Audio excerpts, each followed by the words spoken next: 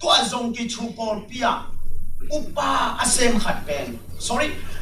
mi tur nga au pastor khat pen kuria a zong ki chu por pia ta khat anei khitte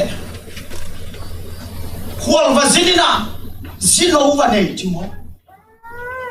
asipina heklu he ma mai changa i mu thailo an ne thailo zom sem in ason na te apum phel lang zo tole apostol ba zong ki chung pai na zong ki chui na chung en ni alol lian le kha sung pan te lai mani o hinu ina apostol mo na amai sak zo lo mana athua khi chi te lai mani chi ke na pasalong cha ki dingin na lamen dia lamen lo ông cha hang rộng đẹp lâu rộng cái chuối nào đó là thú nghèn đạm như chị ấy bộ đư anh nghe thả cho ina lung sim sung áp buộc thật ẩm lâu lệch lâu à rộng cái chuối chế ra là bên anh lung tắng kịp phật đi ấu na kịp phật đi tôi tên nghẹn sắc lầu bia nhưng nghẹn sắc hang ngạ lầu điểm chị thế này tôi lẽ nó bắt sáu ông trả đi nghẹn là làm gì à làm bên lâu ông trả hàng rồi đầy lầu tôi lẽ thú nghẹn nái đã như thế khá xem mà nạt kỳ đẹp làm xem tôi lẽ các chị chẳng à apostol ba cái kí nó bắt sáu ông trả lên làm ai sắc dấu hiểm ông trả đi nghẹn là làm bên dấu hiểm làm bên thú nghẹn nái đã như thế ato na pente khaku ong chen dak te tuan mu pin sia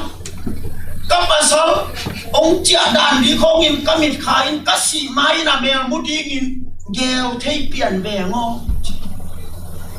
pastor pana hat ve ong pai kim lang thu ki ngen thei tan chi ei por ver ma do yêu uplo pi rong nhẹn tôi xe lông ai ăn à bùng nhẹt bùng hin wala ya itu sin na kongen ma banga no pi po kat bangin at sina tet chung esen hallelujah seni di zai semi tadam tan chi atwa tungen tengman sing sang khoa ba cái mo kim ta a phut kalon le ba hi non cái de o na phone na yo wa te cái giặc ni ai àตัวนั่งเงียสักแขมตัวเป็นอุปโลกเงียนาตัวมันอัปเสียนบางเล็ดนาอมโลกตัวเล่ยงกิจุอัตโตนาอัปไปเตปาสตอร์ปะกับภาษาตุ้งกิดิ่งนะตายยุ่งจิโมไปอาเมนตายยุ่งจิตุ้งเลยส่งอีกแข่งงับตายยุ่งอับจิเลยยงกิจุนะทุงเงินเนี่ยจัดทั่วเงินเป็นหัดเป็นเป็ดเงินใช่ไหมหัดเป็นเป็ดเงินเรียนเป็นตัวอัปสาวอัศโนในนาปนาองค์เจ็ดอัศปีงส่วนนี่อัศปีส่งอัปสาวอาไม่สักตักเตะอัปุ่มเพลังสอนเป็นดำหมอกินตัวนับสาวเป็นมีตูลงาอมักไก่ปาสตอลเอริอาขับอุกสักเจUntuk nanti tu sunin, itu pana tu jam tak sunga, kasaban natal le katu jam na zui le ong cilonga,